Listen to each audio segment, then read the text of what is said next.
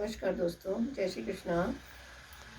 मैं आपको अभी जैसा कि कार्तिक मास चल रहा है, मैंने आपको करवा चौथ पर हम क्या शुभ रंग पहने आपको वीडियो दिया है और क्या करें, कैसे पूजन करें, ये सभी आपको बताया है। उससे पहले मैंने एक वीडियो डाला था माता की चौकी कैसे सजाएं। ऐसे ही आप ये दीपावली पूजन पर और धनतेरस पर भी इसी तरह से ये चौकी सजा सकते हैं। सतिया काट कर उस पर आप रंगोली बनाकर, दीपावली पे भी स्पेशली रंगोली बनाई जाती है। माँ लक्ष्मी जी के चरण बनाए जाते हैं, जो कि आप अपने घर के अंदर तक लाते हैं उन चरणों को। और आजकल तो लोग चिपका देते हैं बाजार से लाकर छोटे छोटे चरण। तो आप ऐसा जैसा करना चाहें वैसे कर सकते हैं। आप बना भी सकते हैं गेरू से और खड़िया से छोटे छोटे चरण माता के बनाइए, वो बहुत शुभ माने जाते हैं। पहले चावल से बनाए जाते थे ये, चावल को पीस कर उसका आटा पीस कर उसके बाद उसके चरण बना दिए जाते थे, वो लक्ष्मी पूजन से पहले। तो आप ये जो है बना सकते हैं। और मैंने अभी उससे बात करवा चौथ के बारे में आपको वीडियो दिया, उसके बाद मैंने अघोई अष्टमी का वीडियो दिया है। अब अघोई अष्टमी आने वाली है, जो कि 4 नवंबर 2020 को है। 8 नवंबर, सॉरी, 8 नवंबर 2020 को है और उस दिन संडे पड़ रहा है। उसकी भी मैंने आपको वीडियो दी है। उसके बाद अब ये जो कार्तिक मास चल रहा है, इसके अंदर जो है सारे ही ये शुभ संयोग संयोग चल रहे हैं, क्योंकि ये बहुत ही शुभ मास कहलाता है। बहुत ज़्यादा आप सभी के लिए, हम सभी के लिए बहुत अच्छा मास है। इसी में हम अपने नव वर्ष का जो है इसको मानते हैं। दीपावली पर, धनतेरस पर हम नए अपने हर चीज़ का नई शुरुआत करते हैं। बिजनेस में हम इसके बही खाते बनाते हैं, उन पुराने को रख देते हैं बांध कर, और इस तरह से हम उनका नए से पूजन करते हैं। पूजन करने के बाद उनकी शुरुआत करते हैं। तो जैसे कि हमारा टर्नओवर चल रहा होता है, उसको हम बंद करके फिर नए टर्नओवर को स्टार्ट करते हैं। तो हमारा ये एक तरह से नववर्ष कहलाता है। हिंदी माह के अनुसार कार्तिक मास बहुत शुभ महीना है। इसमें दीपदान का बहुत बड़ा महत्व होता है, इसलिए हर इस पे जितने भी फेस्टिवल आते हैं, शरद पूर्णिमा को हम दीपदान करते हैं, उसके बाद हम करवा चौथ को दीपदान करते हैं, जब चंद्र दर्शन करते हैं तब दीपदान करते हैं हम।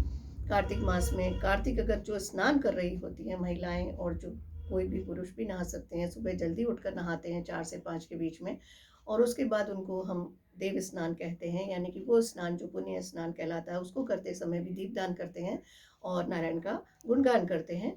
और ऐसा कि जैसे कि मैंने अभी आपको कहा, आपको बहुत बहुत शुभकामनाएं दीपावली की। मैं आपके लिए दीपावली के लिए लेकर आई हूँ ये वीडियो कि आप उस दिन क्या करें क्या ना करें। तो मैंने एक जो माता की चौकी वाला वीडियो डाला है, वो आप देखिए। मैंने कैसे माता की चौकी लगाना बताया है, कैसे हवन करना सिखाया है। तो आप रात को अगर हवन करते हैं दीपावली की रात को, तो माँ लक्ष्मी अति प्रसन्न होती हैं। अगर आप हवन करते रहेंगे तो हमारा वातावरण शुद्ध होता रहेगा।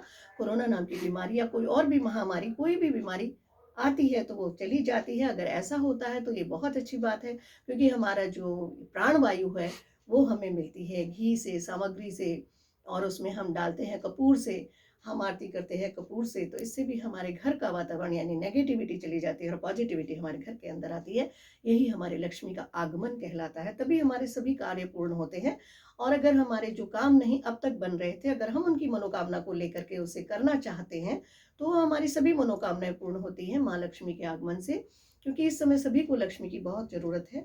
बहुत सारे लोगों की इस समय नौकरियां चली गई हैं। अगर आप नौकरी चाहते हैं दोबारा से आपकी लग जाए, तो आप लक्ष्मी जी का अच्छे से चौकी लगाएं, पूजन करें। वहाँ एक आप कलश स्थापना करेंगे। कलश में आप डालते हैं, सुपारी है, सिक्का है, चावल है, लौंग है, और उसमें पान का टुकड़ा है, एक फूल है। ये डाल करके आप एक कलश स्थापित कीजिए। वो मिट्टी का भी हो सकता है, वो आपका तांबे का भी हो सकता है, वो आपका पीतल का भी हो सकता है। आप कोई भी कलश स्थापना कीजिए, बीच में सतिया बनाइए आप उसका हल्दी का, और साथ में एक रंगोली बनाइए छोटी सी, जो कि आप रंगों को लेकर के उसके साथ अपने अंगूठी को थंब के निशान से उससे गोल गोल कर सकते हैं। बहुत आसान उपाय है।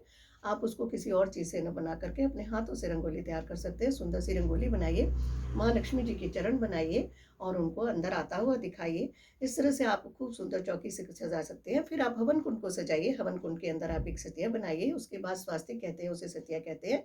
स्वास्तिक बनाने के बाद थोड़ा सा चावल डालिए उसके अंदर। फिर आप उसमें समिधा यानी कि लकड़ी डालेंगे आम की, और भी अगर अच्छी लकड़ियाँ आपके पास उपलब्ध है तो चंदन की, और बहुत सारी लकड़ियाँ, नवग्रह की लकड़ियाँ भी आप उसमें लगा सकते हैं। और उसके बाद आप उसमें घी डालकर, आहुति डाल करके आप हवन कर सकते हैं। माँ लक्ष्मी जी का मंत्र है ओम श्रीम ह्रीम श्रीम कमले कमलालय प्रसीद प्रसीद, श्रीम ह्रीम श्रीम ओम महालक्ष्मी नमः। ये वाला मंत्र कर सकते हैं, या फिर वैदिक मंत्र कर सकते हैं। ओम श्रीम रजते लक्ष्मीश्च पतन्या वहो रात्रि पाशवे नक्षत्राणि रूप अश्विनवदम एक हिखाणम मुखाणम सर्वलोकम हिखाणम महालक्ष्मी नमो नमः। ये भी मंत्र आप कर सकते हैं, जिसके कि आप आहुति डालिए कम से कम 108 बार, 1008 बार, और इससे ज़्यादा आप 10,008 बार। अगर ये आप शुरू करते हैं रात के 11 बजे से लेकर के और सुबह मॉर्निंग 3 साढ़े 3 बजे तक चलाते हैं, तो आपको इसका ज़्यादा शुभ फल मिलता है। माँ लक्ष्मी का आगमन हो चुका होता है। आप देखेंगे दीपक में लौ बड़ी होती है, लक्ष्मी आ चुकी हैं आपके घर में और आपके घर में आकर के विराज रही हैं। तो आप इस तरह से गणेश लक्ष्मी जी का पूजन करेंगे। साथ ही कुबेर देवता को अपने घर लाएंगे। कुबेर देवता एक हाथ में अमृत कलश लिए होते हैं, उसके अंदर सिक्के भी दिखाई देते हैं। माँ लक्ष्मी जी का भी बैठा हुआ आप लेकर आइए। मिट्टी का चित्र या मिट्टी का साथ में अगर लाते हैं इससे मूर्ति, तो छोटी 9 इंच की कम से कम होनी चाहिए। उसे ला करके कुबेर देवता, हनुमान जी, इन सब का पूजन आप करिए तो बहुत शुभ रहता है। साथ में आपको झाड़ू लानी होती हैं 2। एक पानी वाली झाड़ू लाते हैं हम, जिसको बोलते हैं हम सीको वाली झाड़ू, और दूसरी झाड़ू होती है हमारी फूल झाड़ू, यानी कि हम उसको नारियल झाड़ू भी बोलते हैं। ऐसे हमें 2 झाड़ू लानी होती है, उसको लाकर पूजन करना होता है, क्योंकि वो हमारी घर की गंदगी निकालती है। वो इस तरह से हमारे घर के जाले वगैरह साफ करती है, तो हम उसे दीवार पर ना मारे। जब हम उसे साफ करें, उसको आराम से उसके किसी कपड़े से साफ कर दें, उसको रख दें, और झाड़ू को हम अच्छी दिशा में रखें। उत्तर पश्चिम दिशा में रखना चाहिए उसे, और ऐसा नहीं कि हम उसे छिपा कर रखें, तभी अच्छी होती है, लेकिन आप उसे अच्छी दिशा में रखें, क्योंकि वो हमारे लिए लक्ष्मी का स्वरूप मानी जाती है।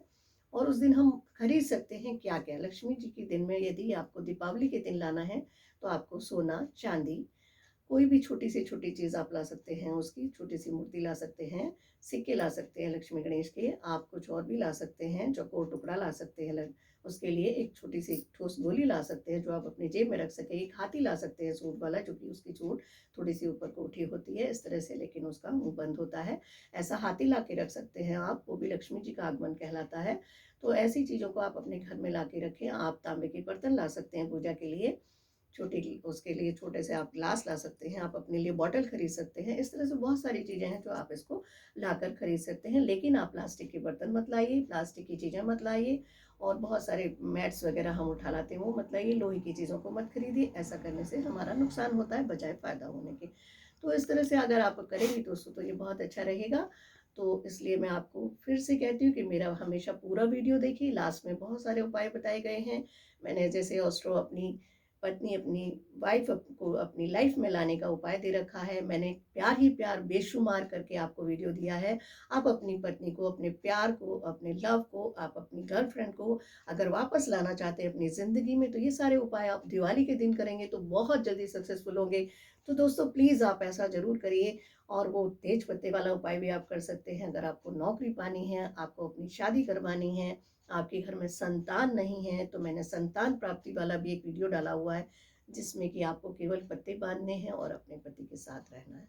कितने सिंपल मैंने उपाय बताए हैं, और वो सारे उपाय मैं खुद कर चुकी हूँ, और वो आज तक हज़ारों हज़ारों लोगों को फ़ायदा दे चुके हैं। मेरे पास फ़ोन आते हैं, लोग कहते हैं मैडम आप बहुत आसान उपाय बताती हैं, और बहुत अच्छे उपाय होते हैं, और हमें ये हमारे लिए कारगर सिद्ध हुए हैं, और हमारा इससे काम हुआ है। तो प्लीज़ आप इन सबको करिए और अपना प्यार और सहयोग देते रहिए। तो मैं आपको कहती हूँ, अगर नए हैं तो प्लीज़ सब्सक्राइब कर दीजिएगा, लाइक कर दीजिएगा, इसे शेयर ज़्यादा से ज़्यादा करिए, जिससे लोगों का भला हो इससे। तो इसके साथ ही मैं आपको प्रणाम करती हूँ फिर से। दोस्तों आपको बहुत बहुत प्रणाम, बहुत बहुत आपको हैप्पी दीपावली। दीपावली शुभ हो, मंगलमय हो, आपकी सारी बीमारियां चली जाएं, आपको सुख समृद्धि प्राप्त हो, पूरे साल आप खुश रहें, ये बीमारी महामारी सब चली जाए यहाँ से, और आपका परिवार सुखी रहे। धन्यवाद।